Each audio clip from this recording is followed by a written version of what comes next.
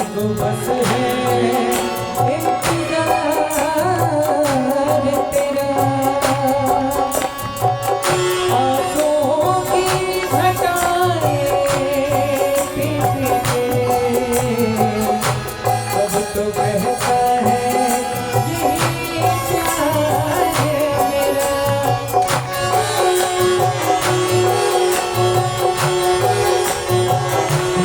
जिंदा रहने के लिए तेरी कसम, जिंदा रहने के लिए तेरी कसम, एक मुलाकात जरूरी है सनम, एक मुलाकात जरूरी है सनम, एक मुलाकात जरूरी है सनम, एक मुलाकात जरूरी है सनम। जिंदा रहने के लिए तेरी कसम, जिंदा रहने के लिए तेरी कसम, एक मुलाकात जरूरी है सनम, एक मुलाकात जरूरी है सनम।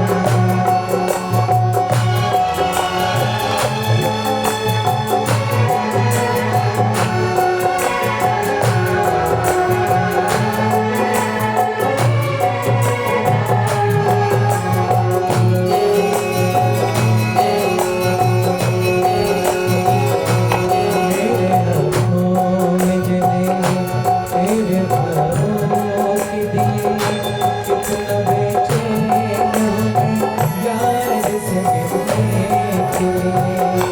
मेरे बिछड़े दिल पर तू जो एक बार मिले, सांस आ जाए मुझे जो तेरा दीदार मिले। मसीहा मेरे दुआ दे मुझे, मसीहा मेरे दुआ दे मुझे, करो अब मैं क्या बता दे मुझे, करो अब मैं क्या बता दे मुझे। दिल की मुझे आस है निकलती नहीं जानी है, मैं मुझे बोलूं ये कैसा इम्तिहान है, ये कैसा इम्तिहान है। एक मुलाकात जरूरी है सनम, एक मुलाकात जरूरी है सनम। जिंदा रहने के लिए तेरी कसम, जिंदा रहने के लिए तेरी कसम, एक मुलाकात जरूरी है सनम, एक मुलाकात जरूरी है सनम। मुलाकात मुलाकात मुलाकात मुलाकात, मुलाकात मुलाकात मुलाकात मुलाकात।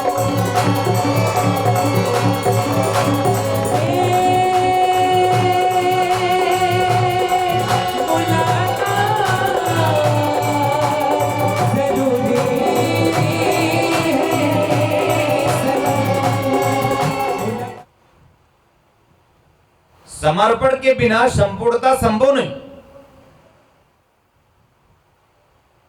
विचारों से संपूर्ण समर्पण जिस दिन होगा उस दिन आप नहीं रहोगे, मैं हो जाऊंगा। ये अनुभूति आपको रह ही नहीं पाओगे। यूं तो रहेंगे दूरी, रहेंगे दूरी पर रह नहीं पाओगे। अभिवादनशीलस्य क्यों अभिवादन क्यों करें? नित्य नित्य अभिवादन करनी, पूरी प्रकृति को धन्यवाद देना है, पूरी प्रकृति को नमस्कार करना है। पूरी प्रकृति, अब गुरु विराट है, जहां दिखे सब गुरु ही दिखे। सूरज निकले तो प्रकाश तेरा है, सूरज निकले तो प्रकाश तेरा है।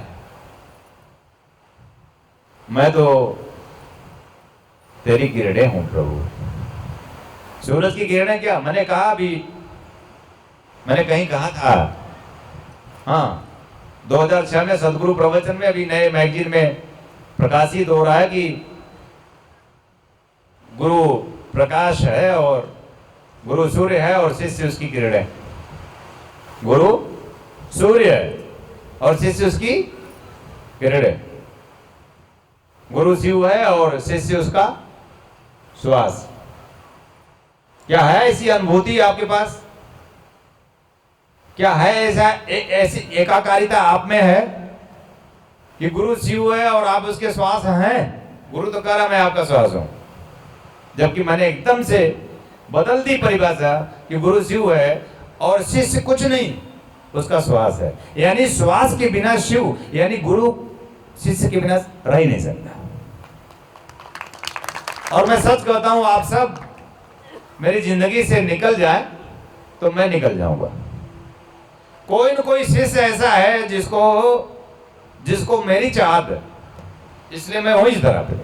कोई न कोई शिष्य ऐसा है जिसको मुझे भी उसकी चाहत है, इसलिए धरा पे हूं। मेरा होना ही इस बात का सूचक है कि पैदा कर दूंगा, प्रवाह दे दूंगा, अपने प्रेम से उसे ऐसा शीश दूंगा कि दुनिया उसे उसका गुणगान करेगी। और मैं गुरु इसलिए नहीं बना हूं, बनना भी नहीं चाहता, कहना भी मत, मानना तो बिल्कुल मत। गुरु मैं सिर्फ इसलिए बना हूं कि मैं तुम्हें प्रेम दूं, तुम्हें प्रवाह दूं, तुम्हें प्रज्ञा प्रवाह दूं, कुछ दूं ना दूं, तुम्हें स्वयं में प्रभु दूं। यह हमारी चाहत है, हमारी पुकार, हमारी चित्कार। यह सब कुछ संभव है दीक्षा से। दक्ष बनाती है, संपूर्ण बनाती है दीक्षा, दिव्य दृष्टि प्रदान करती है दीक्षा, दैन्यता को दूर करती है दीक्षा, हीनता को, मलिनता को, दुर्विचारों को, दुर्भिक्षों को नाश करती है दीक्षा। इसलिए बार बार दीक्षा की जरूरत होती है। जब जब तक जीवन से दुर्भिक्ष न मिटे, कुविचार न मिटे, मन की मलिनता न मिटे, तब तक गुरु के पास जाकर घर्षण करना। जब दुर्भिक्ष मिटेगा, जीवन की दैन्यता, हीनता, मलिनता यानी विचारों से ये जब सब समाप्त, तब समर्पण की प्रक्रिया शुरू होती है। यानी एक गद्दा पुष्प उठाकर तुम शिवलिंग पर नहीं चढ़ा सकते। एक मैले में गिरा हुआ फूल हो, ताजा ताजा फूल टूट के वृक्ष से गिर गया हो, पेड़ से, तुम उस पुष्प को उठाकर इस पर चढ़ा नहीं सकते। तो तुम अपने आप को कैसे चढ़ा सकते हो और तुम्हें कैसे प्रभु स्वीकार कर सकता है? मैला का अर्थ भी मैं बता दूं। मैला का अर्थ तुम्हारा शराब पीना, तुम्हारा सिगरेट पीना, तुम्हारा मांस खाना। क्षमा करना बहुत अच्छी बात नहीं है। यूं तुम मुझे प्रेम करते होगे अगर, तो धीरे धीरे इसका भी परित्याग कर दोगे। जैसे मुझे प्रेम करोगे, वैसे ये धीरे धीरे तुम्हारे मन में ही ऐसी वृत्तियां बनेगी कि तुम इसे छोड़ते जाओगे। लेकिन मैंने कहा कि ये मैल कोई मैल नहीं। अगर ये है तो ये तुम्हारे शरीरगत है। तुम्हारे इन दुर्गुणों से मैंने तुम्हें देखकर दीक्षा नहीं दी थी कि तुम ऐसे हो, इसलिए दीक्षा कैसे दूंगा। मैंने तुम्हें दीक्षा दे दी। क्यों? क्योंकि मैं जानता हूं मेरा प्रवाह कहां तक, मैं कौन हूं, तुम कौन हो। मैं खुद से परिचित हूं, मैं तुमसे भी परिचित हूं। और मैं कहता हूं मैं तुम्हारी आत्मा हूं और आत्मा कोई शरीर नहीं। और मैं वो दिव्य है, पवित्र है, अपने आप में अग्नि स्फुलिंग है। उस अग्नि में अगर तुम उस तक पहुंच जाओ किसी भी तरह से, प्रेम के माध्यम से, दीक्षा के माध्यम से, प्रेम के माध्यम से, उस प्रभु तक की यात्रा संभव है। अगर उस तक पहुंच जाओ तो तुम्हारे सारे कुविचार उसी क्षण भस्म हो जाते हैं। प्राणों में उतरोगे, जिस क्षण विशेष में प्राणों में उतरोगे, उसी क्षण विशेष में तुम्हारे सारे संचारी भाव, प्राण में उतरने की क्रिया प्रेम है। प्रार्थना करो कि प्रभु तुम्हें प्रेमवान बनाए। मांग ही करनी है तो थोड़ा जबरदस्त क्यों नहीं मांगते? मांगने की आदत तो है ही, बुरा नहीं। और मांग के कोई संपन्न तो हुआ नहीं, भिखारी मांगते ही है। भिखारी संपन्न हुआ क्या?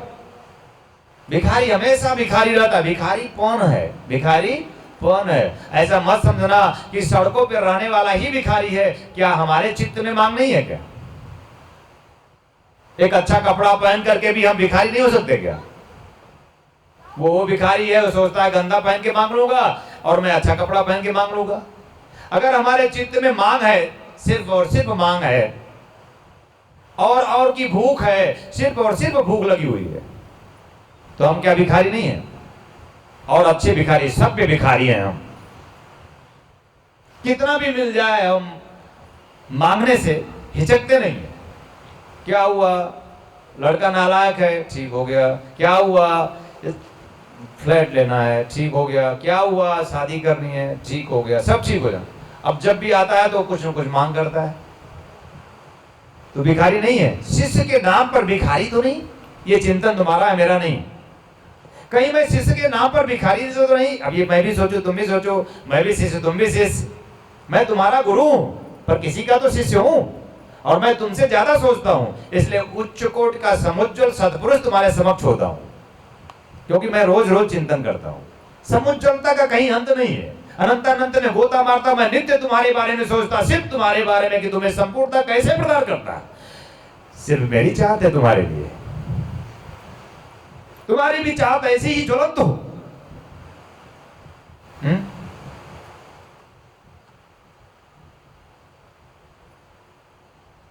एक मुलाकात जरूरी है सनम,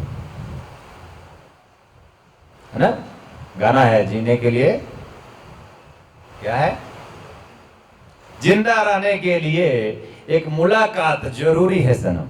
यानी जिंदा रहना, कोई जिंदा रहना जो मुलाकात नहीं करे जिंदगी में, वो जिंदा रह के भी जिंदा नहीं है। मुलाकात जरूरी है। कौन, किससे, कैसे, कौन हूं मैं, ये जानना जरूरी है। मुझे मेरा पता चाहिए, मुझे मेरा ठिकाना चाहिए, आया हूं कहां से, जाऊंगा कहां, मुझे ये जानना चाहिए। सिर्फ इसी बात में गुरु और शिष्य थे।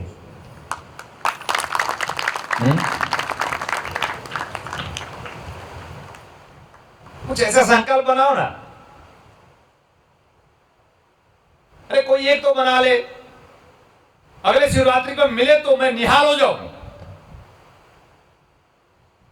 एक कोई ऐसा छलांग मार दे, अगले शिवरात्रि आई नहीं, इसी शिवरात्रि पे अभी तो आने वाला है जी। शिवरात्रि कल है, कल को जाने न देना। मैं तो कहता हूं आज ही है। शिवरात्रि, शिवरात्रि रात्रि हमेशा रात्रि है। कल की रात्रि हो, परसों की रात्रि हो, नरसों की रात्रि हो, रात्रि ही है। अज्ञानता से भरपूर घोर अंधकार में जीवन गतिशील करते रात्रि ही है। लेकिन रात्रि क्या कभी प्रिय भी होती है? हमने कहा हाँ, रात्रि भी प्रिय हो जाती है, रात्रि भी प्रकाशमान हो जाती है, रात्रि भी अपने आप में पूर्ण हो जाती है, संपूर्ण हो जाती है। कब ऐसा होता है? जब जीवन में प्रेम होता है अपने प्रभु के प्रति। जब आपको जीवन में प्रेम हो अपने प्रभु के प्रति, यानी अपने इष्ट के प्रति, अपने गुरु के प्रति, तो वह रात्रि भी प्रिय हो जाती है प्रभु के लिए। शिवरात्रि कही जाती है। प्रेम की रात्रि है शिवरात्रि, आनंद की रात्रि है शिवरात्रि, संपूर्णता की रात्रि है शिवरात्रि। अंधकार में भी एक छोटा सा दिया नहीं, पूर्णता के साथ दिव्य प्रकाश का प्रज्वलन कर देना अपने आप में, संपूर्णता के साथ। अंधकार रहेगा लेकिन तुम अंधकार में ना रहोगे। शिवरात्रि है एक ऐसा विशेष क्षण निर्मित होता है जब गुरु और शिष्य होता है। शिष्य अंधकार में, रात्रि में, घनघोर निशा में जीवन जी रहा है। अभी वो शिव की रात्रि में नहीं है, अभी वो स्वरात्रि में नहीं है, अभी वो आनंद रात्रि में नहीं है। अभिवादन करो, थोड़ी प्रार्थना करो, हाथ जोड़ो और प्रार्थना करो, हे गुरुदेव जीवन की रात्रि मिट जाए। अरे ये रात्रि तो सुखदाई है, पर तुम्हारे जीवन में जो रात्रि है बड़ी दुखदाई है। ये रात्रि तो होनी ही चाहिए, नहीं हो तो तुम पागल होके भटकोगे। ये तो प्रभु की एक महिमा है कि तुम्हारे लिए उसने दिन जहां बनाया, कुत्तों की दौड़ लगाते तुम्हें देखा है मैंने। किस तरह से तुम भाग भाग के, तुम खुद को भूले हुए भागते हो बिजनेस, व्यापार या के लिए। मुझे भी स्मृति में नहीं रखते। तुम सोचते हो तुम सब कर लोगे, तुम सब कर सकते हो, तुम लेमन जूस ला सकते हो, टॉफी ला सकते हो, लॉलीपॉप ला सकते हो, लेकिन जरूरी नहीं कि डॉक्टर मना कर दे कि तुम खा नहीं सकते, तुम्हें शुगर है। तुम कुछ भी करो, ये बड़ी स्थूल परिभाषा है। मैं कह रहा हूं कि जो जीवन है बार बार का बहिर्गमन जीवन है, उसे हम अंतर्गमन जीवन नहीं जिएंगे। हम अंतर्गमन जीवन जीते हुए भी बाहर भागते हैं। हम भी आपके पास दौड़ते हैं, हम भी शिष्यों के लिए तड़पते हैं, हम भी जगह जगह साधना शिविरों के माध्यम से उनको मिलते हैं। हमें भी शुगर रोग नहीं है, हो जाएगा तो क्या फर्क पड़े। मैंने शिष्य से कहा कि शुगर रोग हो जाए तो थोड़ी रक्त में मिठास बढ़ जाती है, तो चिंता किस बात की, मिठास बढ़ गई, मधुरता बढ़ जानी चाहिए। किसी भी रोग के होने का अर्थ है कि सरलता, विनम्रता, सहजता। प्रभु ये चाहता था कि ये थोड़ा आकर गया, इसको थोड़ा रोक दे दो। यानी जीवन का दुख, जीवन की गरीबी, जीवन का रोना, जीवन के जितने भी ये पीड़ाएं तुम्हें, यातनाएं तुम्हें प्रभु की तरफ से आती हैं, हाँ, सब तुम्हारे लिए आती हैं, तुम्हें समुज्जल बनाने के लिए, तुम्हें सहज बनाने के लिए, तुम्हें सरल बनाने के लिए। परिस्थितियां विपरीत हो गई हैं पूरी तरह से, तब भी तुम पर प्रभु कृपा कर रहा है। तुम्हारी श्वासें तो चल रहा है ना। दृष्टिकोण बदलो, जीवन बदल जाएगा। दृष्टिकोण बदलोगे तो मैं तुम्हारा जीवन भी बदल दूंगा। तुम्हें अपना दृष्टिकोण ही बदलना है। तुम्हारा दृष्टिकोण ही गरीबी का है, रोने का। रोने जैसा कुछ भी नहीं है, सब हंसने जैसा है, फिर भी रोते रहते हैं। तो मैं चाहता हूं कि जब आप सुबह उठे तो अपनी माँ को प्रणाम करें, चरण छुए। मां ना हो फिर भी चरण छुए। पिता को प्रणाम करें, पिता ना हो तो फिर भी आप पिता के लिए प्रणाम अर्पित करें। अब उसके गुण धर्म में मत जाना कि मेरी माई ऐसी है, मेरा बाप ऐसा। गुण धर्म में नहीं जाना। माता देवता, पिता देवता मान करके उनको कृतज्ञता ज्ञापित करना कि उन्होंने मुझे शरीर और शिक्षा दी। और फिर तीसरा, गुरु को प्रणाम अर्पित करना। इन तीनों को पंच तत्वों से निर्मित चैतन्य जीवंत देवता मानकर प्रणाम करना। गुरु को प्रणाम कर लेना मतलब समस्त सृष्टि को प्रणाम कर लेना, सृष्टि के एक एक कण को प्रणाम कर लेना है। गुरु को इस तरह से मत प्रणाम कर लेना कि किसी फोटो को प्रणाम कर लिया। चित्र सामने हो तो गुरु मतलब कण में समाहित है। चित्र के सामने गुरु सम्मुख होना चाहिए, गुरु के पास आपको होना चाहिए, गुरु के एकदम पास होना चाहिए। इतना पास हो आप कि उसके चरण से आप एक मिनट भी ओझल ना हो। ये तो जीवन में सौभाग्य होता है कि किसी किसी को निर्मित होता है कि आप उसके चरण में ही अपनी श्वास अंतिम समय तक अपना दम तोड़ें। ये सौभाग्य तो किसी किसी को, कभी कभी हमें लगता है कि हनुमान जी को नसीब हुआ। राम के चरणों में ही उन्होंने अपनी पूरी जिंदगी दे दी। कैसे एक दास भगवान बन जाता है। असमऊ अदम सखा सुनो, मोहू पर रघुवीर। मैं अदम हूं, रात ले जो नाम हमारा, ते दिन ताइन मिले हारा। मैं अदम कुल का हूं, सुबह सुबह नाम ले ले कोई, तो विभीषण उसे आहार नहीं मिलेगा, दिन भर भोजन नसीब नहीं होगा, फिर भी मुझे मेरा प्रभु मुझे गले लगाता है। यानी एक ऐसा अधम कुल से, एक दास प्रथा से, दासत्व से कैसे वो निजत्व में उपलब्ध होता है, कैसे वो भगवत्ता को उपलब्ध होता है। और भारत में भगवान मानकर पूजा जाता है। मैं हनुमान उपासक रहा हूं शुरू में। मैं उनसे हमेशा यही प्रार्थना करता था कि हनुमान जी, हम आपसे एक ही बात कहेंगे कि अपने जैसा शिष्य बना लेना।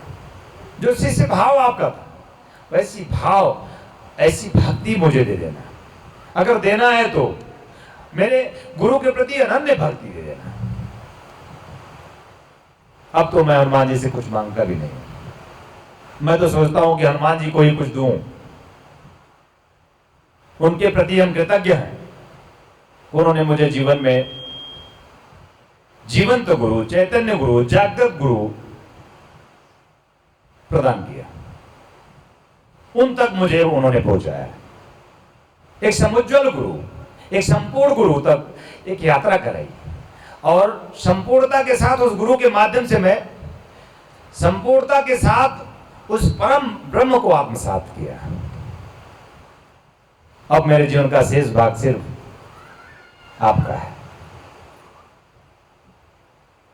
सिर्फ मेरे शिष्यों का है।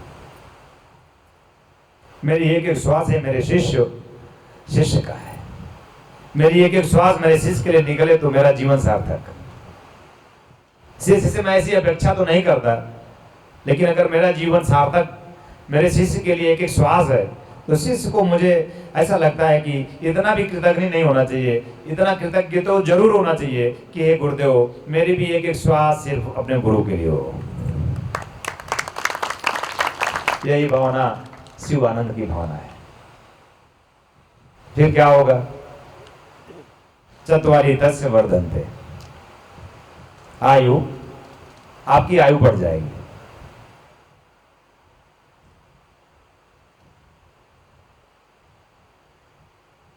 विद्या, आपकी विद्या बढ़ जाएगी। यशो, आपका यश बढ़ने लगेगा।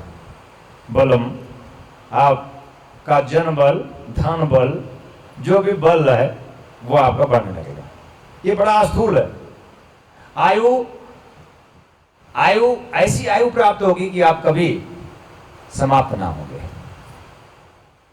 आयु बढ़ती है, आयु बढ़ने का अर्थ होता है कि ऐसी आयु आपको मिले कि चिरकाल तक आपका नाम हो, आपका रूप हो, है ना। आपकी आयु जैसे राम की आयु हो जाए, आपकी आयु जैसे कृष्ण, बुद्ध, महावीर, मोहम्मद की आयु हो जाए। मिटा नहीं, हजारों सालों में ये नाम आज भी हवाओं में तैरते। क्यों? क्योंकि अभिवादन किया उस प्रभु का, उसके प्रति कृतज्ञता ज्ञापित की, संपूर्ण समर्पण के साथ अपने आप को छोड़ दिया।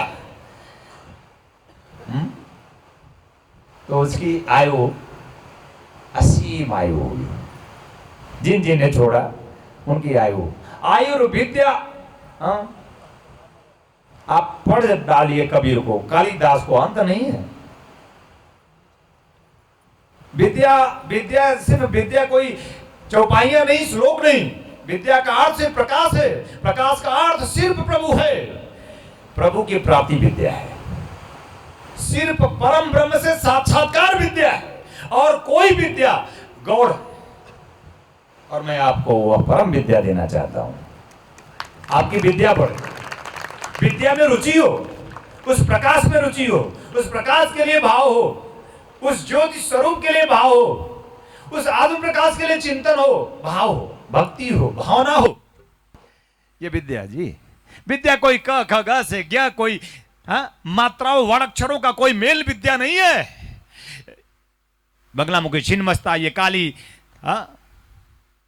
ये उच्च कोट की दुर्लभ साधनाएं और सिद्धियां विद्या नहीं है, सब लघु विद्या है। विद्या तो सिर्फ सही बात तो है प्रेम है, और विद्या तो सही बात सिर्फ प्रभु है। विद्या तो सही बात है सिर्फ परम ब्रह्म प्रकाश से आप्लावित हो जाना है। विद्या तो सही बात है कि उस आत्म प्रकाश का साक्षात्कार कर लेना है, उसमें गोता मार लेना है, वही और वही हो जाना विद्या है। कभी ना खत्म होता वही, ऐसी विद्या आपको प्राप्त हो। यशो, राम का यश, कृष्ण का यश आज भी धूमिल नहीं हुआ, दिनों दिन बढ़ता गया। राम का यश, निखिल का यश इस पूरी दुनिया में अपने आप में परचम लहराएगा, क्योंकि कमलेश्वरानंद बैठा है। निखिल यश, उस कीर्ति, उस पताका को, उनको नाम की जरूरत नहीं, उनको यश की जरूरत नहीं, लेकिन शिष्य होता है तो अपने गुरु का नाम होता है, शिष्य होता है तो अपने गुरु का यश होता है। और मैं चाहता हूं कि तुम सब ऐसे शिष्य बनो, अपने गुरु का नाम हो जाओ और अपने गुरु का यश हो जाओ। ये तब होगा जब तुम्हें विद्या प्राप्त हो, यानी आत्म प्रकाश से तुम आप्लावित हो, ऐसी विद्या तुम्हें प्राप्त हो, और तुम ताकतवान, क्षमतावान, शक्तिवान, अपने आप में संपूर्णता के साथ तुम एहसास कर सकोगे उस शक्ति का, है ना। बलम, बलम क्या? अरे वो कोई बल है? ये भुजाओं का बल। रावण की भुजा में कितनी ताकत, कंस की भुजा में कितनी ताकत है, इनकी भुजाओं में कितना दम था। ये भुजाएं तो किस तरह दम तोड़ दी। ये कोई बल नहीं, बल तो सिर्फ प्रेम का, बल तो सिर्फ प्रभु का, बल तो सिर्फ प्राण का, बल तो सिर्फ आत्मा का, बल तो सही मायने में सिर्फ परमात्मा का है। ऐसा बल आपको प्राप्त हो, मैं आप सबको आशीर्वाद देता हूं आयुर्विद्या यशो बलम का।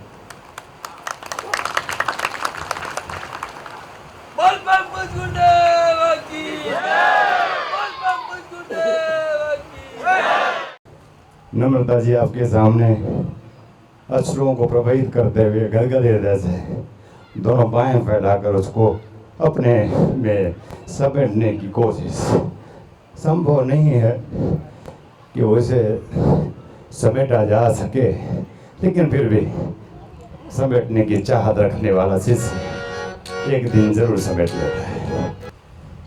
नारायणो त्वं निखिलेश्वरो त्वं माता पिता गुरु आत्मा त्वमेवं ब्रह्मा त्वं विष्णुरुद्रस्त्वमेवं सिद्धाश्रमो त्वं गुरुत्वं प्रणम्यं सिद्धाश्रमो त्वं गुरुत्वं प्रणम्यं। जय गुरुदेव दयानिधि दीनहितकारी, जय जय मोह विनाशक भवबंधनहारी। ओम जय जय जय गुरुदेव। ब्रह्मा विष्णु सदाशिव गुरुमूर्तधारी, वेद पुराण बखानत गुरु महिमा भारी। ओम जय जय जय गुरुदेव। जप तप तीरथ संयम दान विविध कीजिए, गुरु बिन ज्ञान न होवे कोटि यतन कीजिए। ओम जय जय जय गुरुदेव। माया मोह नदी जल जीव बहे सारे, नाम जहाज बिठा कर, नाम जहाज बिठा कर गुरु पल में तारे। ओम जय जय जय गुरुदेव। काम क्रोध मद मात्सर चोर पड़े भारी, ज्ञान खड्ग दे कर गुरु सब संहारे। ओम जय जय जय गुरुदेव। नाना पंथ जगत में निज निज गुण गावे, सबका सार बता कर गुरु मार्ग लावे। ओम जय जय जय गुरुदेव। गुरु चरणामृत निर्मल सब पातक हारी, वचन सुनत थे गुरु के, वचन सुनत थे गुरु के सब संशय हारी। ओम जय जय जय गुरुदेव। तन मन धन सब अर्पण गुरु चरणन कीजे, ब्रह्मानंद परम पद मोक्ष गति दीजे। ओम जय जय जय गुरुदेव। जय गुरुदेव दयानिधि दीनहितकारी, जय जय मोह विनाशक भवबंधनहारी। ओम जय जय जय गुरुदेव। ओम जय जय जय गुरुदेव। ओम जय जय जय गुरुदेव। ओम जय जय जय गुरुदेव। ओम जय जय जय गुरुदेव। ओम जय जय जय गुरुदेव। ओम जय जय जय गुरुदेव। ओम जय जय जय गुरुदेव। ओम जय जय जय गुरुदेव। ओम जय जय जय गुरुदेव। ओम जय जय जय गुरुदेव। ओम जय जय जय गुरुदेव। ओम जय जय जय गुरुदेव। ओम जय जय जय गुरुदेव। ओम जय जय जय गुरुदेव। बोल परम पूज्य गुरुदेव की, बोल परम पूज्य गुरुदेव की। परम पूज्य गुरुदेव स्वामी कमलेश्वरानंद जी का संकल्प है एक ऐसे समाज का निर्माण करना जिसमें हम सभी स्वावलंबी हो, आत्मनिर्भर हो। इसके लिए पूज्य गुरुदेव ने ब्रह्मानंद बाल विकास केंद्र की स्थापना की है। ध्यान योग जन जागृति सेवा संस्थान द्वारा संचालित ब्रह्मानंद बाल विकास केंद्र में उपेक्षित, निराश्रित, अनाथ और दलित वर्ग के बच्चों को बचपन से ही शिक्षा दीक्षा प्रदान कर उनका सर्वांगीण विकास किया जाएगा। शिक्षा और उचित संस्कार के अभाव में जो बच्चे भीख मांगने, चोरी करने, जेब काटने या फिर और कोई अपराध करने के लिए विवश हैं, उन बच्चों से उनका बचपन छीनने के लिए किसी न किसी रूप में हम सभी दोषी हैं। ब्रह्मानंद बाल विकास केंद्र के माध्यम से हमें अवसर मिला है इन बच्चों के लिए कुछ करने का, इनके होठों पर मुस्कान सजाने का, इनका भविष्य संवारने का। तो आइए हम सभी पूज्य गुरुदेव स्वामी कमलेश्वरानंद जी के संकल्प को पूरा करने में सहयोग करें और शिक्षा दीक्षा और मानव कल्याण के इस महायज्ञ में अपना भरपूर योगदान करें। आप अपना योगदान भूमि अथवा धन किसी भी रूप में दे सकते हैं। योगदान के रूप में आपका दान बैंक ऑफ इंडिया की किसी भी शाखा में ध्यान योग जन जागृति सेवा संस्थान के अकाउंट नंबर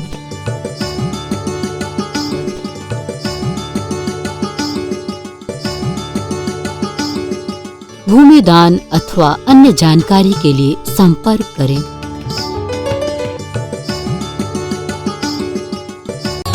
निखिलम् ओंकार निखिलम् गुरु निखिलम्